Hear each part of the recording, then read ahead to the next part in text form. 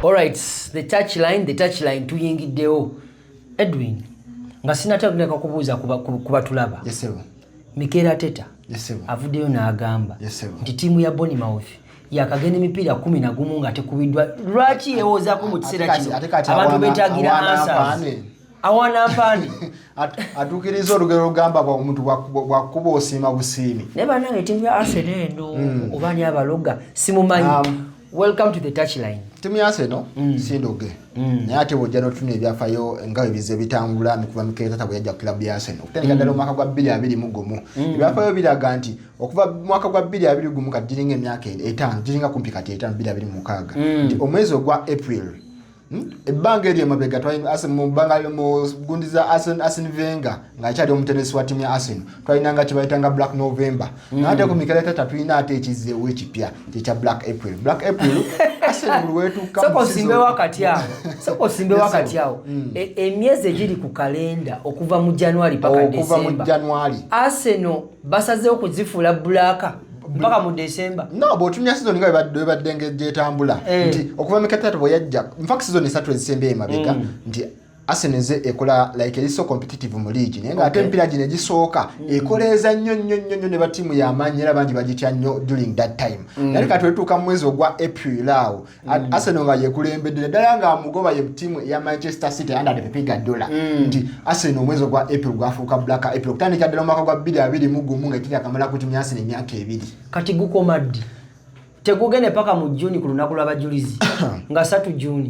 okusinziira ku ensonga zitambula nti nero akuba ebintu bigenda bitera okutereera naye bigenda okutereera nga ebikopo bibadde bimwise mu ngalo naye ate Mikel Arteta waayi obanga omutenesi alina okyusaamu kubanga otunnya omupiira gwa Bournemouth ku weekend ogulinga ogwaga ogigoba ku kikopo kubanga kati klabu ya Man City bw'enaaguba omupiira gwegenda ozanya klabu ya Chelsea neguwangula kitegeeza genda kuba Arsenal musinga obondero 6 nga tebijjukira Manchester alinayo eggulu ly'omupiira ogwa Crystal Palace abanjayo game in hand akote mukeerabira bw'awangula omupiira ogwo ate nga alina ne Arsenal yennyini mu liigi kitegeeza nti bajja kuba beesamba Manchester singa akuba Arsenal bajja kubenkanya obubonero bw'oba anaaba asinga Arsenal akabonero nga kamu Arsenal mu mbeera yonna yabadde enowangula omupiira gwa Bournemouth yadde gena enowangula omupiira guno asinga Manchester obonero 12 then ali the results ezinaba omupiira gwa Manchester club ya Chelsea. Kale oluvannyuma lwa timu ya the Arsenal okuba nti munaye enjovu yaffeeyo elephant yatuuliddwa ku masanga gaayo ne bagikulamu essanga eryasoose ne bagikulamu ey'okubiri kati eyina trunk ayo kuba nnyindo yayo empanvu enaasobola okwetengerera okuba nti esobola okweriisa okulabika nti ekikopo ekya UEFA Champions League egenda ku stage eddako eya semi-final naye nga tukyagenda maaso Arsenal eno wotunulira ku bintu nga ebyagenze timu ya the Arsenal yabadde n'ebizungirizi 12 timu ya Bournemouth ng'erina ebizungirizi 8 bakubye shoti 3 naye kisinze okuneewuunyisa mu mupiira guno kwe kuba nti Arsenal yakubye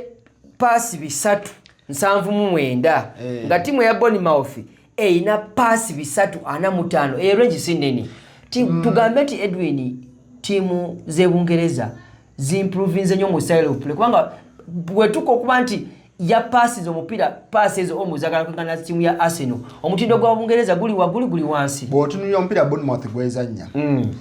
omupiira Bournemouth gwezannya omupiira gwa kuvuganya era abantu bonna bagakuba Bournemouth bajja balina style endage bazanye tali ya kupasinga mupiira naye ate bojja nga mugenda kwegaba ne Bournemouth esobola okugaba okupozesinga lozola range ya possession ne Arsenal ntono nnyo esobola okugaba esobola okupozesinga ate esobola okushootinga defense nebera solid eta bangi batya solid ya defense ya Arsenal mu Bungereza nsonga isa solid okugiyita mu kintu kizibu nnyo ali ne bojja nosanga yo David Raya emabega naye ali solid naye ate timu ya Bournemouth yabalaga like eraza timu nyingi nti buli kisoboka okutambula empira 11 nga owangula buwanguzi nga tokugwa si kyangu era obako omupiira gw'ozannya ogw'enjawulo nti timu ya Bournemouth style gyezannya erisamu awusimya ne ya Mikel Arteta nti bazze ne bezannya omupiira naye ate Bournemouth yasinze ku Arsenal yakwefuga makati Mikel Arteta yajja tulimba ekintu kimu okwata otaka Yabas n'omuleta ku kisaawe awo wenyiwe mbadde njagala okutuuka abatulaba ku the touchline substitution za Arsenal zino twagala tuzitegere bulungi omuvubuka Eberechi Eze abadde yakava ku injury ebiseera ebyo kitegeeza nti omuzannyi watuukira okuba nti akiri yalingiddwa okomawo mu kisaawe aba awonye kiki ennyo ekituusa Arsenal okuba nti line up yayo okusooka tusobola okugamba nti Mikel Arteta ayinza oba yalabye Eberechi Eze nga tali fiti kimala kutandika mupiira guno naye ate tekijjaawo nsonga nti emipiira mingi tuzze nga tugiraba nga Mikel Arteta yesiga Kai Havertz nga mutandisa omupiira negugenda nga si mulungi nti mu maaso twali tulinayo Muteebi Jokalezi nga jaliyo tumwesiga gola jaziko in fact yakubye goal yo 18 season eno okuva wegata ku club ya Arsenal okuva mpaka zonna Victor Jokalezi yabadde goal nsifu nnyo goal 18 wadde goal ya penalty nti twetaaga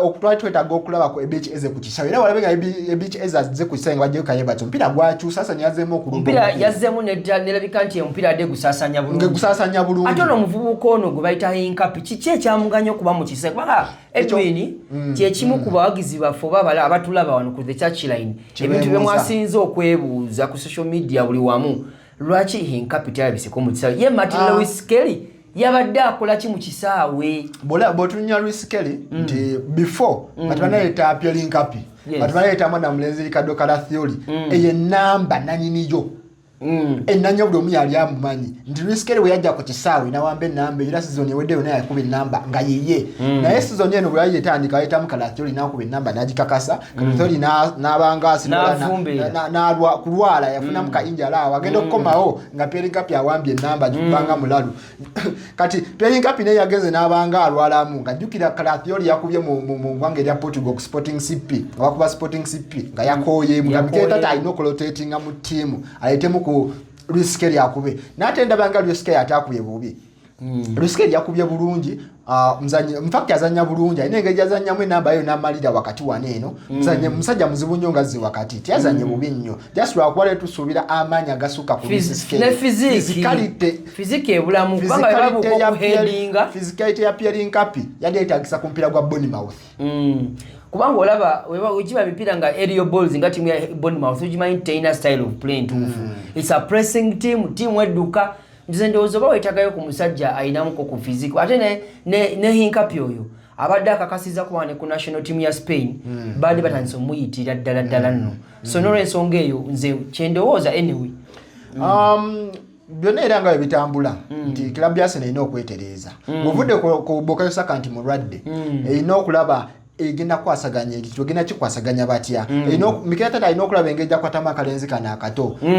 kana akangereza akato Max Donman alabe ayinza kubanga amukyusa atya ne Madueke yabadde mu kisaawe yabadde abikola naye nga omupiira okuggwera ali mu box final third yonge eganye bwe balese mwana mulenzi ono omuto Max Donman omupiira ayiwawo era ne goal emu kugozi basasizza abakwa Madueke kimulemesa mobili kukuba nnyo balance mu kisaawe nga Calvin Bassey Madueke akyalina enzannya erigye yali azanya ku Chelsea agezaako kukikyusa ku Arsenal ayagala nje ebintu by'okweringalinga afunye omupiira yeringalinga ayagala ajjeko abantu omu babiri basatu bana batatu nga Arsenal tiimu nti omupiira yogwayo gulina okuflow omupiira kwata akosamba katono nga omupiira passing omupiira bikyaganye so byakudduka mu kona flag kulinda bakusala ebintu Mikel Arteta agenza mukyusa naye ebintu ebibi kyamulemeddemu tobimunenya ng'omuzannyi naye ate omutendesi amukutta atya nga atuusa ensonga okyali ku the touchline era tulabika nti munaye lero tubawadde kyebayita special offer oba tubawadde kyebayita timu Arsenal lwaleero mwe muliko